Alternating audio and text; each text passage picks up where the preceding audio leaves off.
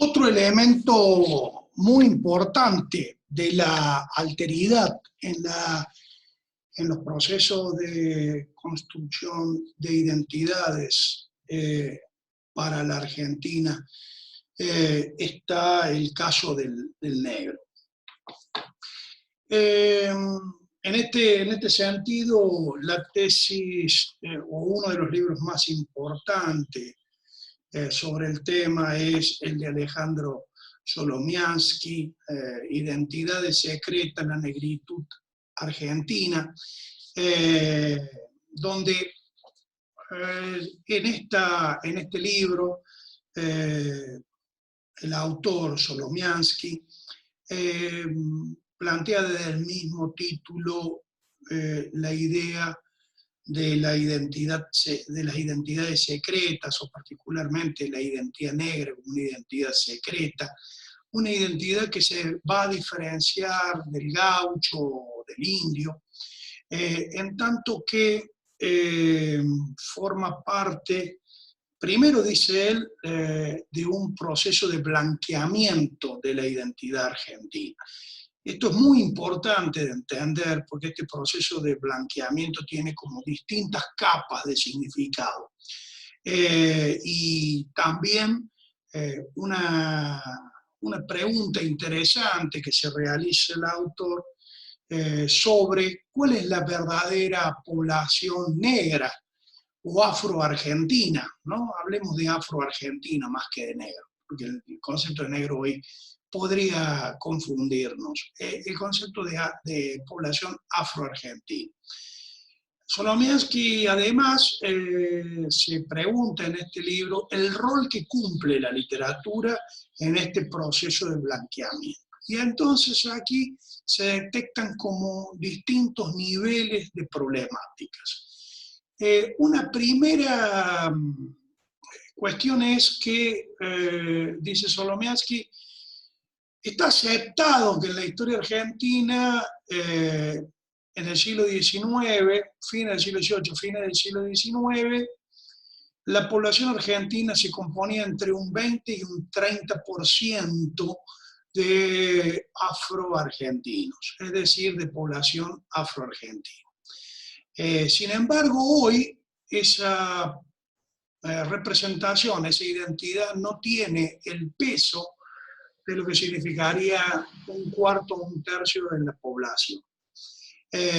¿Cómo llegamos aquí, no?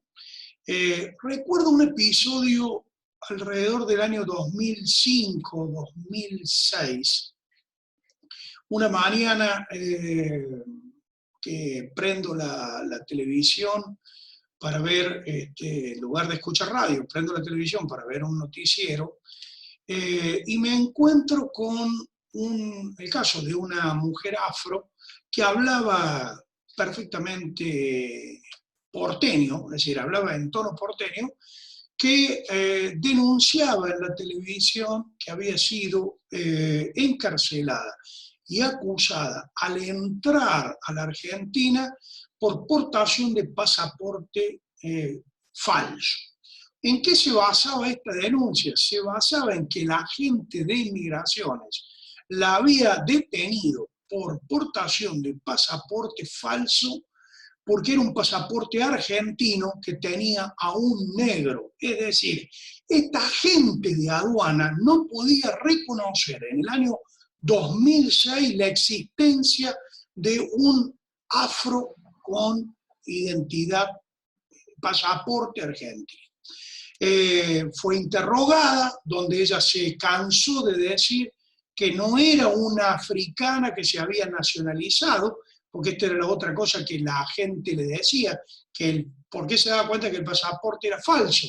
Porque no comenzaba con el número 92, que es en general el número que hasta en ese momento se le ponía a todos aquellos que se nacionalizaban argentinos provenientes de otro país. Esto estaba en el centro del debate sobre los procesos de migración o de inmigración en la Argentina, 2005-2006, no recuerdo exactamente el año, pero era hace muy poco tiempo atrás. Me llamó mucho la atención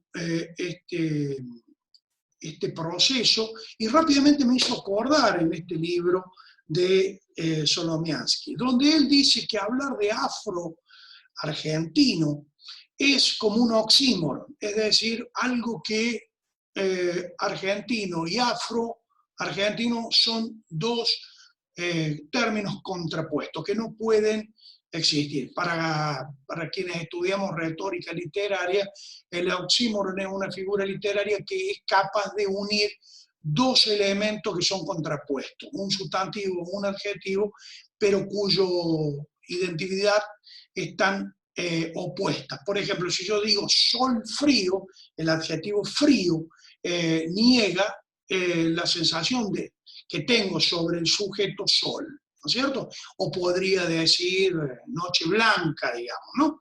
El blanco adjetivo contradice la idea de noche, que es oscura. Bien, dicho esto, afro-argentino sería un oxímoron para Solomiansky.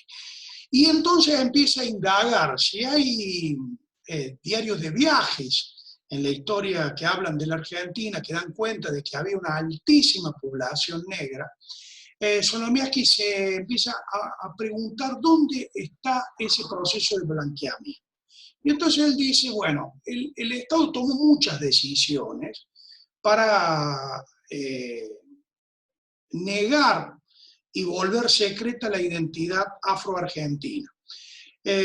Los negros afroargentinos participan de la reconquista en las invasiones inglesas, participan de las guerras de independencia, igual que el gaucho, sin embargo no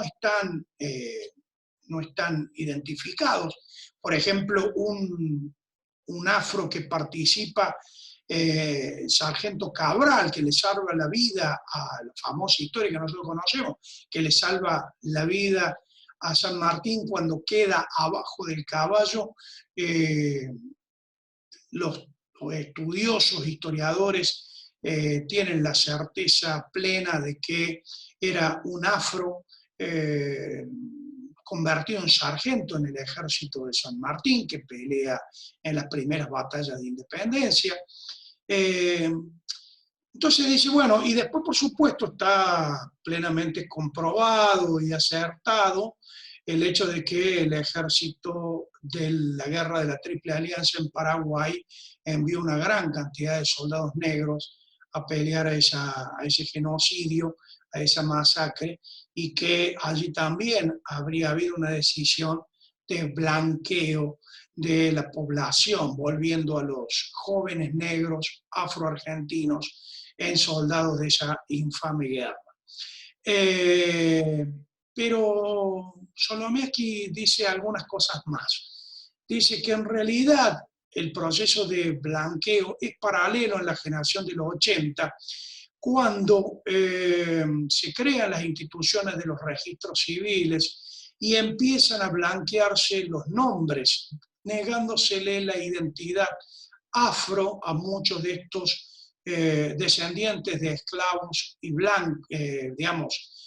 liberados por sus amos blancos, que pasan a tener los nombres, igual que muchos aborígenes o muchos gauchos, el nombre de sus dueños o el nombre de sus patrones, ¿no?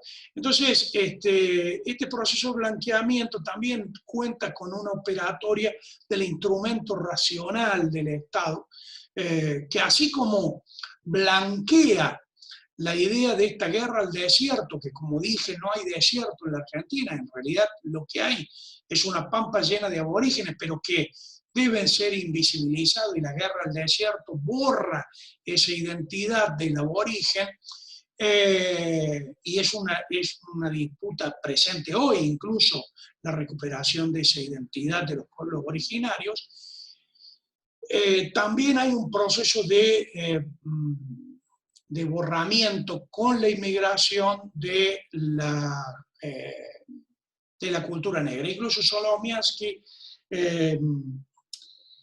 recorre la prensa afro-argentina que dice que llega aproximadamente hasta 1880, o casualidad el momento de la instauración del régimen del régimen liberal de Roca, digamos, ¿no? Y el triunfo de la oligarquía y el gobierno liberal militar.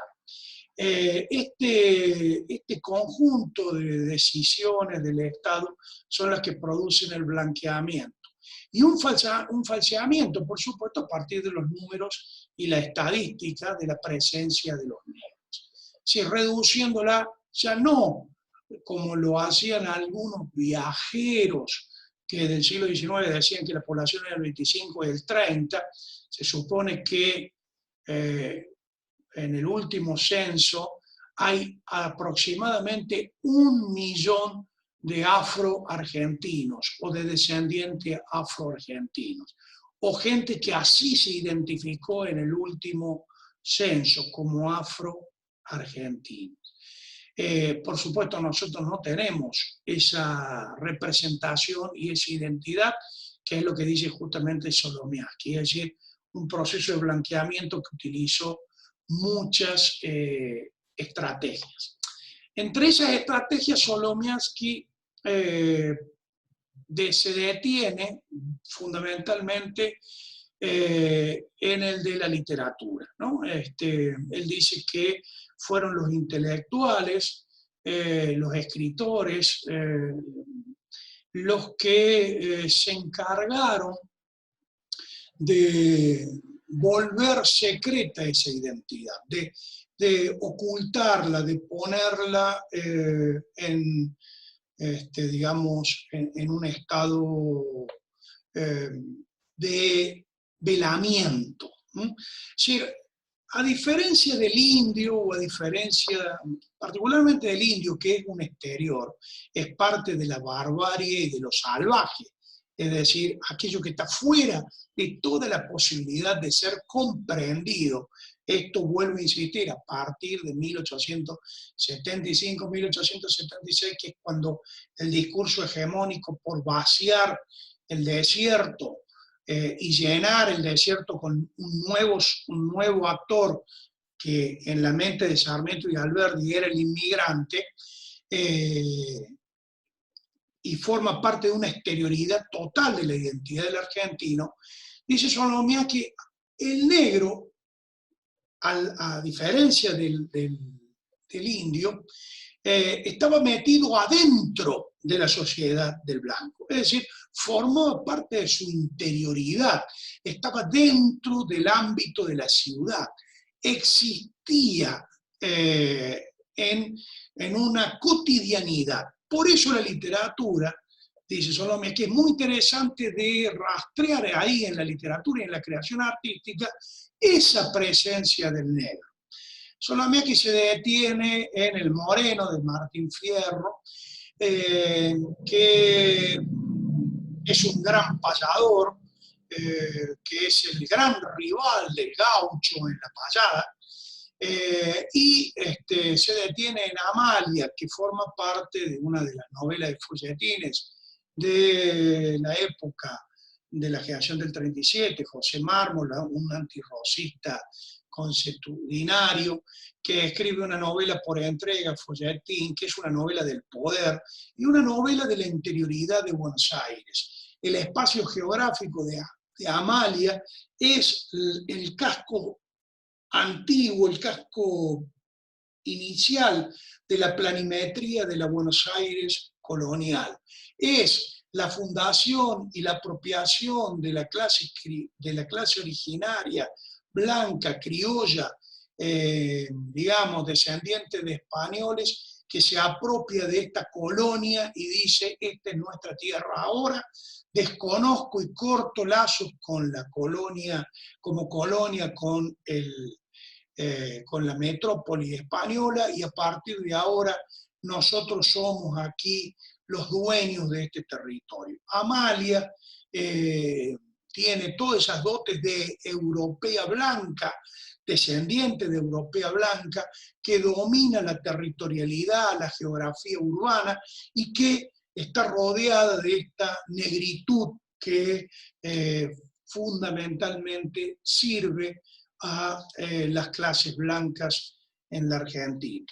Esta identidad negra no es exclusiva de Buenos Aires. Hay un excelente libro sobre los negros en Córdoba, se llama, de un historiador cordobés, Ferrero. El doctor Ferrero estudia la relación de los negros en Córdoba vinculado a la seccional segunda. Para quienes no son de Córdoba, la seccional segunda es la orilla del río que separa Córdoba Centro de Alta Córdoba. Esa zona donde está la Plaza Austria ahora, donde está la comisaría segunda, esa ribera del río cercana al centro, que es a donde iban los negros y hacían su casa los negros, que servían a las clases dominantes de Córdoba en el centro, unas poquitas cuadras más acá. Es donde comienza la avenida General Paz, después del puente, ese ingreso a la ciudad desde una de las barrancas, eso que llamamos Alta Córdoba, esa avenida inicial que se llama muy interesante General Paz, que es el caudillo popular de la ciudad, frente a la continuidad. Ustedes saben que la de Anfunes cambia de nombre, y esa calle se va a llamar Vélez Sarsfield. La avenida Vélez Sarsfield, paradójicamente, toma el nombre de un intelectual de la generación del 37 también, un intelectual que es el que hace el código civil, ¿no? Vélez Sarsfield. Entonces, esta dicotomía como una misma arteria, una misma calle, lleva el nombre de Vélez Sarsfield, el intelectual clasista, un intelectual de la clase alta, frente al Manco Paz, la avenida General Paz, de ese intelectual, de ese caudillo. Y ambas, la arquitectura, es que tenían dos plazas circulares. Hoy la que está al frente del Patio Olmo, la Plaza Vélez Sarsfield, que está muy borrada de su circularidad. Ahora le han hecho esa fuente con el Agustín Tosco, pero que se ha borrado, y sigue siendo el epicentro cívico de la ciudad, frente a la Casa Radical, el Obispado, la avenida Hipólito Yrigoyen, una avenida o bulevar afrancesado, que une nuestra ciudad universitaria con el centro, y en el otro extremo, en el lado de la barriada popular, la avenida Vélez Sarsfield, de la avenida Vélez Sarsfield, la avenida General Paz, que une a este centro con esa orilla del río, a donde los negros iban a blanquear, y esta es la paradoja, a blanquear las ropas y a lavar las ropas de sus amos. Y luego, por supuesto, a medida que fue creciendo después de 1810 y se decreta la libertad de esclavitud de vientres, los negros, según la tesis del doctor Ferrero, publicada por Alción, demuestra cómo los asentamientos de los afroargentinos de Córdoba se radican allí, ¿no? Luego hay un desplazamiento, dice él, hacia la zona de la Brojal, un barrio bravo hacia principios del siglo XIX, que es donde está hoy, paradójicamente también, la figura de Sarmiento en el bulevar que comienza en Estrada y se convierte en Pueyrredón, ahí en la subida después de la Cañada, ¿no? De ese otro lado de la Cañada estaba la Brojal, que es la segunda zona del asentamiento de los afroargentinos. Solomiaski, vuelvo a Solomiaski dice que la negritud en la Argentina aporta fundamentalmente o está aportando desde la literatura los valores que la propia literatura rescata, digamos, la voluntad de trabajo. El afroargentino siempre aparece vinculado al trabajo y al empeño del trabajo, a la defensa de la patria, paradójicamente, la patria que lo segrega y lo oculta y lo vuelve una identidad secreta. El negro ha regado los campos de batalla con su sangre para la independencia desde las invasiones inglesas, la Revolución de Mayo en adelante, las guerras civiles, etc. Y su gran aporte a lo que podríamos llamar lo que blanquea la cultura blanca de los negros, que es el tango y la música, ¿no? La musicalidad.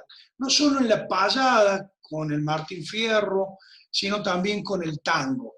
El libro de Vicente Rossi, publicado en Córdoba en 1926, Vicente Rossi era un uruguayo radicado en Córdoba, que escribió un libro muy interesante que se llama Cosa de Negros, donde plantea el origen del tango en la música popular, digamos, en las formas populares de la música afro.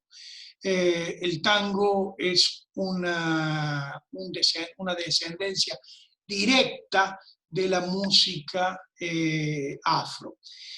Algo que Solomiaski no dice, pero que es muy interesante también, es vincular a la poesía gauchesca con lo afro. Ustedes saben, el sur de Brasil, eso que conocemos como la cultura gaúcha, tuvo hacia fines del siglo XIX una gran rebelión, mediados del siglo XIX, una gran rebelión africana, a punto tal de que se llegó a constituir casi en un estado africano externo al África, ¿no? Así le llamaron los propios revolucionarios negros que hicieron esa rebelión. No casualmente, Hernández escribe el Martín Fierro en su exilio en Santa María do Livramento, que hoy es el límite entre Uruguay y Brasil. Ese Sant'Angelo do Livramento, en el límite entre Brasil y Uruguay, es el lugar donde se va a ocultar Hernández para, en su exilio, escribir buena parte de su manuscrito inicial de el Martín Fierro. Y que lo paradójico es que el Martín Fierro también en su poética interna rompe con la lógica de la poesía gauchesca, incorporando el verso y la mnemotecnia de la gaúcha. Y algunos estudiosos han vinculado a esta forma de sextina que tiene el Martín Fierro, lo han vinculado fuertemente a la influencia afro en la poesía portuguesa, que es la que termina influyendo a Hernández al construir su Martín Fierro. Dicho todo esto, quiero decir que la cultura de afro-argentina está mucho más presente de lo que esta sociedad está dispuesta a sostener.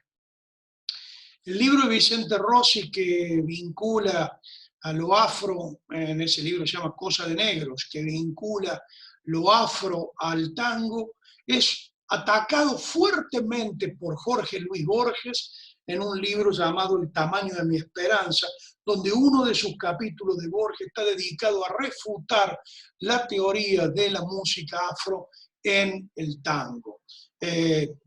Y ahí tenemos a otra intervención intelectual de blanqueamiento, ¿no? Es decir, ni siquiera el tango, porque como ustedes saben, el tango, que fue una música prohibida, solo bailada en las orillas, luego fue blanqueada, aceptada, cuando aprueba y saca su certificado de culta, cuando los franceses o los chicos ricos que contaminan Francia tirando manteca al techo, y logran que los parisinos se interesen en esa música que venía del sur, que venía de la Pampa, porque para ellos ese era el origen de la música, logra ser aceptada en las clases altas y de bailarse en los suburbios, en los barrios, pasa al Palais de Glace, que es ese famoso palacio en la Recoleta, donde se va a tocar por primera vez para las clases altas el tango como música de la gente bien. Este es entonces un poco las claves para pensar la negritud en relación al indio, en relación al gaucho, en relación a la producción literaria y el rescate que tiene o que tenemos que hacer desde la cultura argentina de lo negro, ¿no? Hay todo un capítulo para hablar de la negritud en torno al cuarteto y cómo justamente es la negritud también de las orillas del río, de las orillas de la segunda, de donde surge esa música que hoy conocemos como changa changa, como cuarteto, de la negritud. Eh, pero hablar de los negros en Córdoba es otro tema. Lo seguimos en otro video.